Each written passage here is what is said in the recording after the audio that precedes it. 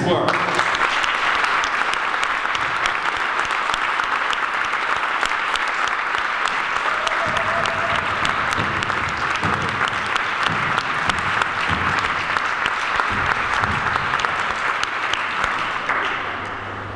Und last but natürlich not least, der Mann, der das alles ins Leben gerufen hat. Er ist Drehbuchautor, Produzent und der Regisseur, nicht nur vom ersten Teil, sondern auch von Independence Day Wiederkehr. Hier ist Roland Emmerich.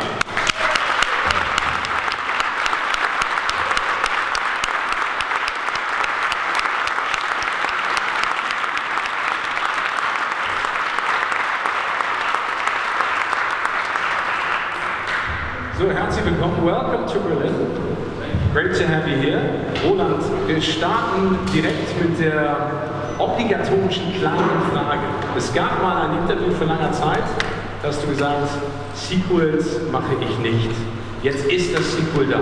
Was war der Auslöser? Also ich habe immer ganz ehrlich gesagt, ich mag keine Sequels. Und im Grunde genommen ist auch der Film kein richtiges Sequel. Es ist 20 Jahre passiert, dass die Welt sich wieder aufgebaut hat und sich mehr oder weniger versucht hat, sich für einen erneuten Angriff vorzubereiten. Und es gibt eine neue Generation. Es kommen viele von den alten Kriegern zurück. Und von daher hat es so ein bisschen eine Fortsetzung mehr als ein Sequel. Weil ein Sequel macht man nach 2-3 Jahren. Meistens auch nicht so viel anderes. Und ich glaube, dass der Film sehr viel anders ist als der erste. Jeff, do you agree? I don't understand the wordings. If I didn't understand it. Yeah, verstehe. Yeah, I agree. Yeah. No, what was it like to return to the world of Independence Day? Fantastic show. Fantastic to work with Roland Emmerich again was fantastic. He's a brilliant director, as you know. And to work with him was great. To work with Liam Hemsworth, fantastic, wonderful actor, and a great man. And nice to do the movie again. People liked the first one, and Judd Hirsch, who played my father, was back. And Bill Pullman was delightful to see again, and Brent Spiner, and many other people, too numerous to mention. But Charlotte Gainsbourg, we had scenes together, and I adored her. And I think she's a wonderful actor and a wonderful person, and it was great doing it again. And Harold's music and working with Harold, spectacular. I'm grateful for the experience. I was thrilled. When the first part came out, you were 6 years old. Do you remember when you saw it for the first time? What did you think? Yeah, I was around 6.5 or 7 years old when I saw it for the first time. It wasn't until it came out on VHS videotape, and I think my older brothers were watching it, and I snuck in and watched it with them and loved it. So who gave you the call? Did Roland call you basically and say, Liam, I want you to be part of it? What did you think? I met with Roland a year and a half ago, however long ago, and came over to Roland's house in LA, and Harold was there as well, and they basically told me why they wanted to make another film and sort of what the premise behind it was, and it sounded really exciting. I was a big fan of Roland. I love his movies. I think they're exciting and fun, and he seemed very genuine when I met him and like a good person to work with. And then probably 2 months after that, I was in Australia staying with my brother Chris. My agents called me and said, Roland wants you to put something on tape and send it over. A couple of different scenes, and I said, cool, no worries. So I put it down with my brother Chris, and we did a couple scenes, and then probably a month after that, I got a call and said, yep, it's all good. I want you to do it. I'm like, awesome, great, fantastic. Oh, sounds great. Harald, du hast die Musik komponiert und diesen Film auch produziert, aber hast ja mit dem ersten Film in diesem Fall nichts zu tun gehabt. Wie hat dich das denn beeinflusst und vor allen Dingen, hast du etwas übernommen, kompositionstechnisch vom ersten? Ja, also als Roland den ersten Independence Day Film gemacht hat und den Olymp in Hollywood bestiegen hat, bin ich gerade gefeuert worden als Komponist von einem englischen TV-Movie und habe mir gedacht, er besteigt den Olymp, ich besteige den nächsten Flieger nach Hause, ist besser. Also ich hatte damit gar nichts zu tun. Wir haben uns über seinen nächsten Film dann Day After Tomorrow kennengelernt, um die Frage zu beantworten. Natürlich in so einem Film wie Independence Day, wo es so ein markantes Thema gibt, das man ja in Deutschland ganz besonders kennt, weil es auch ein bisschen ähnlich ist der deutschen Nationalhymne, ne? Außer einem Ton der Unterschied. Aber klar, das haben wir natürlich in guten Momenten, wenn Liam die Aliens dann killt, dann kommt das Originalthema.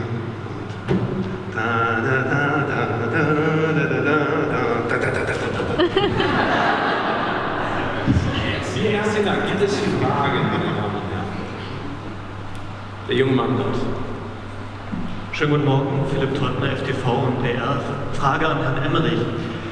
Wenn man sich Ihre Filme anguckt, also speziell Independence Day oder jetzt Die Wiederkehr und auch ein paar Filme dazwischen, hat man den Eindruck, Sie haben es sich zur Lebensaufgabe gemacht, die Erde immer wieder aufs Neue und immer wieder eindrucksvoll zu zerstören. Wie kommt das und was macht Ihnen daran so viel Spaß? Das ist einfach so, eigentlich glaube ich dazu entstanden, als ich den ersten Independence Day gemacht habe, haben wir uns, der Dino damals und ich, uns so gefragt, was ist so, wie kann man eine Alien-Invasion neu machen? Und da ist uns, sind uns die Katastrophenfilme der 70er Jahre eingefallen, die haben uns dann auch alle angeguckt und als Modell genommen und das war halt so erfolgreich. Und wenn man dann so wie ich sagt, ich mache keine Sequels, ich will immer wieder originelle Filme machen, dann benutzt man eigentlich den Erfolg von so etwas wie Independence Day. Und ich wollte damals einen Film machen über Climate Change, also dass die unsere Welt ruinieren. Und ich habe das halt so aussehen lassen wie Independence Day. Und die haben dann geglaubt, dass wir kaufen Independence Day 2, aber das war halt nicht Independence Day 2. Und das Gleiche haben dann Harald und ich in 2012 gemacht mit dem Film. Da haben wir eigentlich uns gesagt, wir wollen eine neue Fassung einer sehr alten Geschichte erzählen, einer Flutkatastrophe. Und eigentlich war das ein Film über the 1%. In Amerika wird jetzt gerade viel darüber geredet, dass eigentlich 1% der Welt gehört gleich 16% oder so. Und in dem Sinne waren das einfach so Fortsetzungen in einer gewissen Weise von Independence Day, weil das halt so wahnsinnig erfolgreich ist. Und das war eigentlich auch relativ interessant. Damals wussten wir eigentlich nicht irgendwie, wie groß der Film wird. Wir haben einfach so das gemacht, was wir selber sehen wollten. Und dann sind wir eingeladen worden von Steven Spielberg, der Dean und ich, der wollte uns dann so ein paar Filme pitchen. Und der hat uns damals gesagt, euer Film wird die nächsten 20 Jahre sehr viel mehr beeinflussen, als ihr denkt. Weil ihr werdet so viele Nachahmer finden, das hat er gesehen. Und wir haben das damals nicht verstanden. Aber dann, als ich dann so die Marvel-Filme gesehen habe, ist ja fast in jedem Superhero-Film geht es um die Ende der Welt und es geht auch viel kaputt. Und ich glaube, das haben die so von unserem Film sich beeinflussen lassen, beeindrucken lassen oder inspirieren lassen. Hier vorne direkt in der ersten Reihe. Hi. Good to see you all. My question to Liam Hemsworth. Two questions, if it's okay. At first, if you can greet the German fans in German, if it's possible. And the second question, what was the greatest challenge for you during the working on this movie? Greet the German fans in German.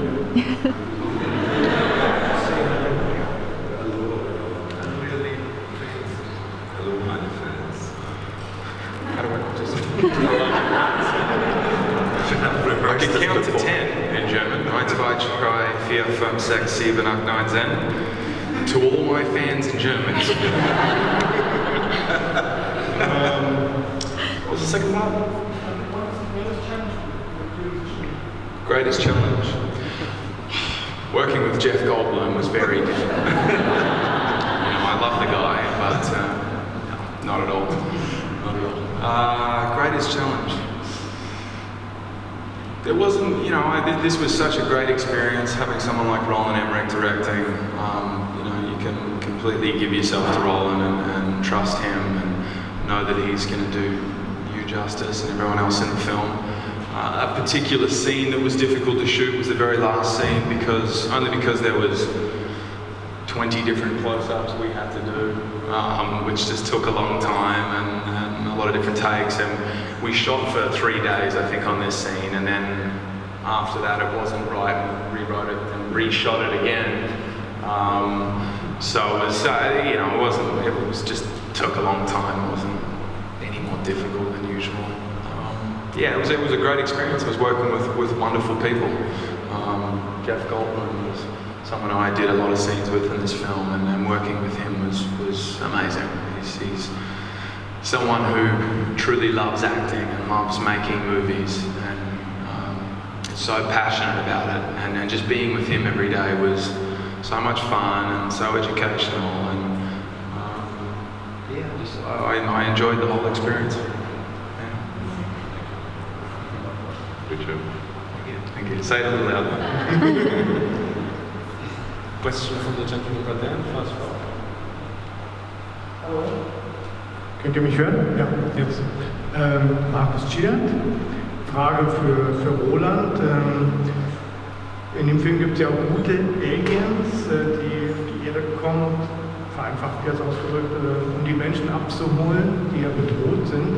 Ist da auch eine politische Botschaft zu sehen auf die momentane weltpolitische Lage? Weil das Flüchtlingsthema ist ja gerade sehr groß. Well, we're like humans all become refugees. Ja, in einem gewissen Sinne versuche ich in jedem Film, speziell wenn es ein Film wie Independence Day oder meine anderen Filme, immer irgendwelche gesellschaftspolitischen Dinge einzubauen. Und wir haben uns lange darüber unterhalten, wie sieht eigentlich diese Welt aus, wie sieht unsere Welt aus, was ist anders. Und es ist halt so eine Welt, die vereinigt ist, weil wir von außen bedroht werden. Und das führt dazu, dass man natürlich den Ersten, der kommt, abschießt. Das ist auf der einen Seite eine Botschaft, aber auf der anderen Seite ist es dann halt auch die Geschichte des Films. Es war für mich ganz wichtig, dass man dieses Mal ein bisschen das mehr kompliziert erzählt. Ich glaube, die Zeiten haben sich geändert, zumal es auch jetzt die zweite Folge ist. Und wir waren immer eigentlich bewusst, dass wenn das gut funktioniert, dass man auch die dritte Folge dann dreht. Und dazu war es absolut wichtig, dass die Geschichte oder das Universum von die Welt von Independence Day zu vergrößern. Question from the gentleman. Frage an Emmerich. Es könnte ja sein, dass ein vermeintlicher Außerirdischer der nächste Präsident der Vereinigten Staaten wird. Würden Sie dann Amerika verlassen und in Deutschland weiterarbeiten, wenn Donald Trump der nächste Präsident wird? Ja, das könnte es sein. Das würde das eigentlich erklären, ja, dass unter den Haaren ein Außerirdischer steckt. Das könnte sehr wohl sein. Aber ich bin dann schon irgendwie so mehr so jemand, ich habe jetzt einen amerikanischen Pass. Ich lasse mir mein Land nicht so gerne wegnehmen. Und ich werde stark dafür kämpfen, dass das nicht passiert. Frage hier vorne, question from the gentleman right here. Frage, Herrn Emmerich, also jetzt anschließend an die vorherigen Fragen, dass in dem Film auch eine Frau Präsidentin von Amerika ist, dass Friede unter den Nationen herrscht, ein großer Weltfrieden. Ist das so die Vision, wie es in 20 Jahren sein wird? Ich meine, eine amerikanische Präsidentin steht ja auch ein bisschen vor der Tür. Ja, aber das ist halt, in Filmen kann man ja eine Utopie darstellen. Ja? Und es ist ja immer so, dass man eigentlich versucht in gewissem Sinne etwas auch den Leuten zu erzählen. Guckt mal, wenn ihr alle keine Waffen mehr gegen euch richtet und euch nicht mehr, wie viel wir erreichen können, wenn wir Weltfrieden machen. Das ist eine Sache, und die andere Sache ist natürlich, Harald und ich, wir haben uns darüber unterhalten, schon bei 2012 bei dem Film, wer wird amerikanischer Präsident? Und damals war ja die Hillary, und sind gegen Obama angetreten, und die Hillary war damals eigentlich noch führend, aber wir fanden es damals eigentlich cooler, wenn ein African American Präsident wird. Und das war damals eigentlich relativ unwahrscheinlich und es ist dann Obama geworden.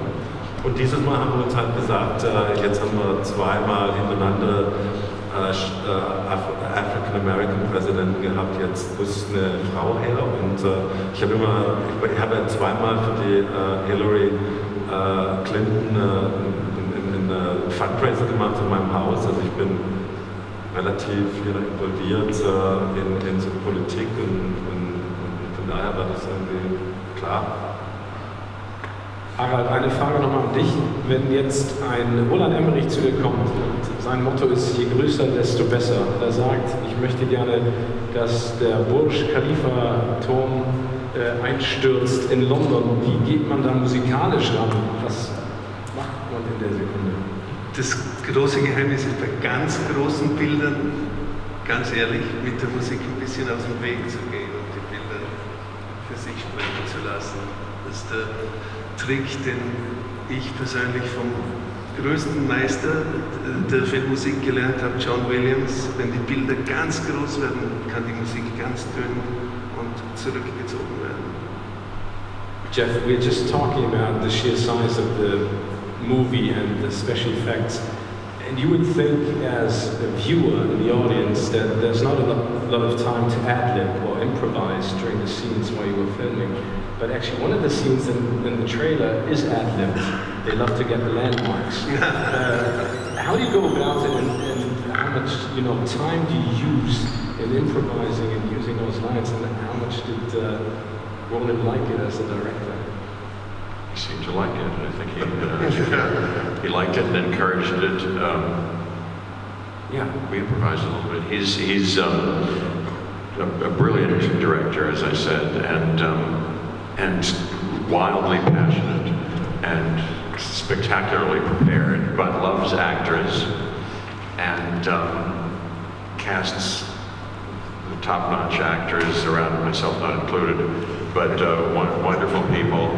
And kind people too on the set too. Marcus Fedor, you probably know, was the cinematographer. And but the actors are kind, and then he likes collaboration. And we were tinkering with the script, with these wonderful writers, Nick Wright and James A. Woods, and he encouraged us to get involved with them and investigate it. And on the set, so a lot of it was some of it was blue screen, and we were pretending to see things and making things up. And he said, say whatever you want to say. We did many takes, worked long hours, and then they found not the bad stuff, that meant lots of bad stuff that I did, but something that was okay, and maybe will work, But it was fun. It was fun. Looks like it. Yeah. The lady. Question to you and welcome to you all. Nice to hear. Your character Jake is on a mission to the moon all alone. So I wondered if you had to take a mission to the moon and universe, which person would you take with you if you only could take one person to the on moon? a trip to? Tough question. Jeff Goldblum. Thank you.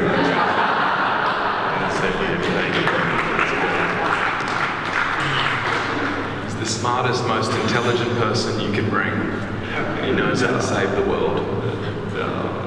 I'd bring you. We're a good team. We're a good team. So fun. Question from the lady over there. August, Radio Berlin. Eine Frage an Roland Emmerich. Haben wir das gerade richtig verstanden? Dritter Teil? Wird es einen dritten Independence Day geben? Es war von Anfang eigentlich, wenn man so einen teuren Film macht und das Risiko auf sich nimmt, dass man nach 20 Jahren eine Fortsetzung dreht, es ist klar, dass man, wenn das funktioniert, im Studio mehr oder weniger den dritten Teil anbieten muss. Das habe ich aber eigentlich ganz gerne gemacht, und das sieht man ja auch im Film an, dass dann irgendwie am Ende dann schon irgendwie so über den nächsten Teil geredet wird. Und es ist auch so ein bisschen so, wenn der Film erfolgreich ist, gibt es einen dritten Teil. Wenn nicht, dann gibt es keinen dritten Teil. let's ask our alien friend in the first row if he liked the movie as well. He's an alien. Look. He doesn't know how to use Goodbye to everybody. Goodbye to the human race. I was just sent here from our intergalactic museum, and I just wanted to know what I should. This is the last press conference of the human race. So I just wanted to know what I should preserve for our intergalactic museum. This question goes to everybody. And any famous last words? Can I keep this? This is very interesting. Makes my voice louder. Who would like to start? Well, I would definitely suggest to keep some of the good music that humans made for your museum. There's some really great stuff. You can come afterwards to me, I'll give you a little list. Famous last words? Famous last words? Choose. Liam, what would you preserve? What would I preserve? Yeah, exactly that.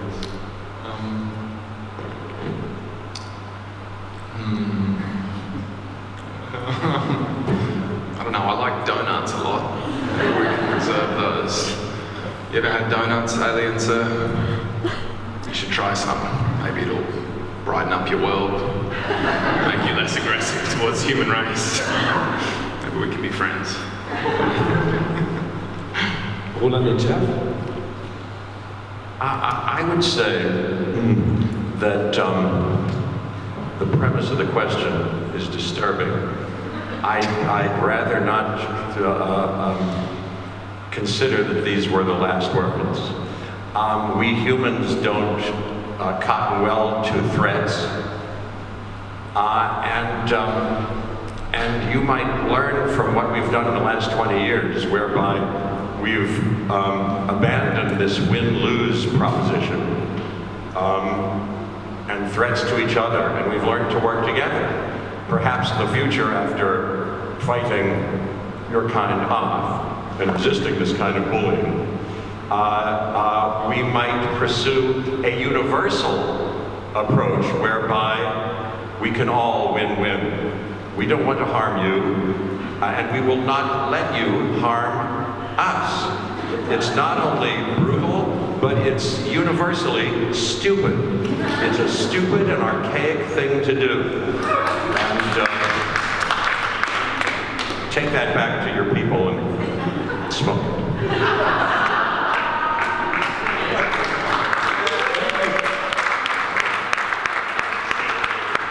I can only say ditto. Roland, wenn man sich anschaut, wie die Technologie bzw. Technik sich auch verändert hat, was das Filmemachen angeht, von 1996 bis heute und vor allen Dingen auch die Filme, die du zwischendurch gemacht hast, inwieweit hat das den Film selbst beeinflusst, also den Inhalt jetzt, und vor allen Dingen, wie ist diese unfassbare Sequenz am Ende irgendwie Alien Mother entstanden? Das ist mit der Grund gewesen, warum ich mich eigentlich entschieden habe, ein Sequel oder eine Fortsetzung oder wie man das immer nennen will, weil mir ist es plötzlich klar geworden, dass eigentlich 1995, 96, das fühlt sich so für mich als Filmemacher wie die Steinzeit an. Wir haben alles noch in Modellen drehen müssen, Motion Control, das kann man sich gar nicht vorstellen eigentlich, wie man das überhaupt hinbekommen hat damals. Und heutzutage ist es eigentlich, man braucht keine Schere im Kopf mehr zu haben, man kann eigentlich alles kreieren, was man kreieren will. Und das war für mich eigentlich schon klar, als ich Day After Tomorrow gemacht habe. Da ging es schon los, aber da waren immer noch ein paar Modelle dabei. Aber dann bei 2012 war alles im Computer generiert, und ich weiß noch ganz genau, wie ich irgendwo mal wir saßen da, Harald und ich, wir haben einen Film, die Nachbearbeitung gemacht in London und uns unterhalten und über 2012 unterhalten und Und Harald hat mich gefragt, so, was siehst du als Bild? Und ich gesagt, ich sehe Wasser kommt als Welle über das Himalaya. Und das hätte man in 1995, 96 nicht machen können. Heute kann man solche unmöglichen Bilder erzeugen. Und ich glaube, das ist viel, was meine Form von Film ausmacht. Dass man einfach unmögliche Bilder erzeugt, die fast surreal sind und damit halt was Neues erzeugt. Liam and Jeff, we've been talking about the technology and the advancements regarding filmmaking from 1996 to today. As an actor, you basically are acting in front of a blue screen or green screen or talking to a tennis ball. What was it like for you when you saw the finished movie and the sheer size of the special effects and the creation that Roland and Harald basically made or created? What do you think? Fantastic. Yeah, I was. We get shown sort of little snippets and rough ideas of what the special effects is going to look like at the end of the day, but I was very impressed. It looked very expensive. All of the special effects looked amazing. I thought it was wonderful. All the dog fighting, the flying scenes looked fantastic. I was very impressed. I was also impressed and thrilled about it.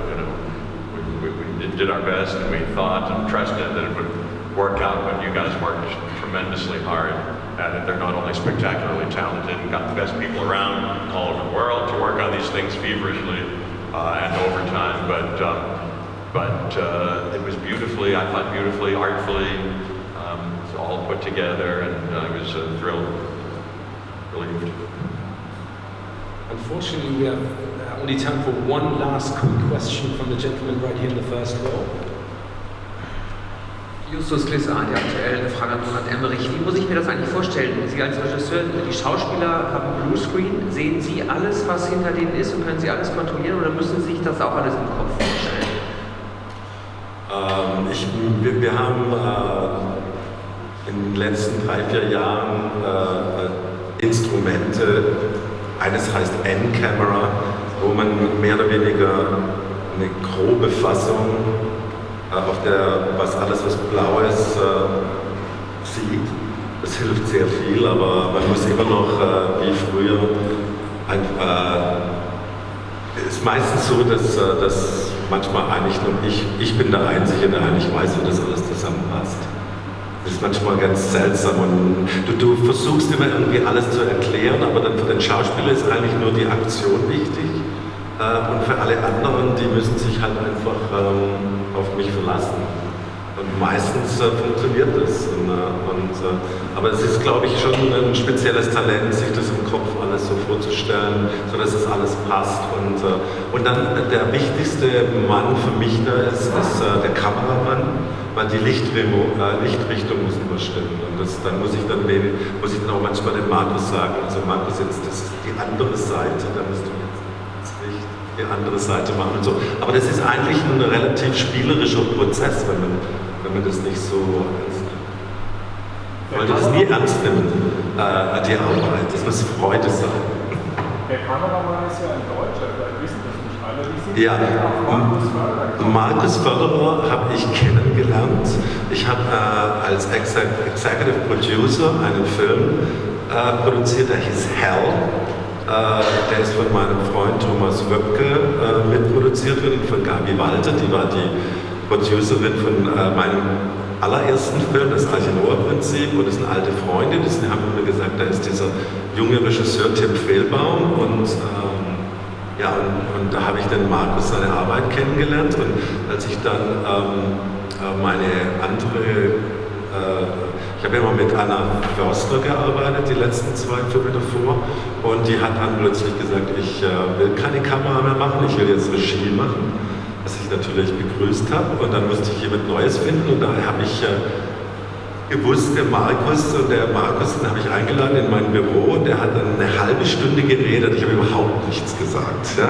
Eine halbe Stunde geredet und hat mir genau erklärt, wie ich Stonewall drehen muss. Ja, und das haben wir dann gedreht, und das sah super aus, und dann, während wir eigentlich gedreht haben, habe ich gesagt, do you want to kind of shoot Independence Day Resurgence, you know?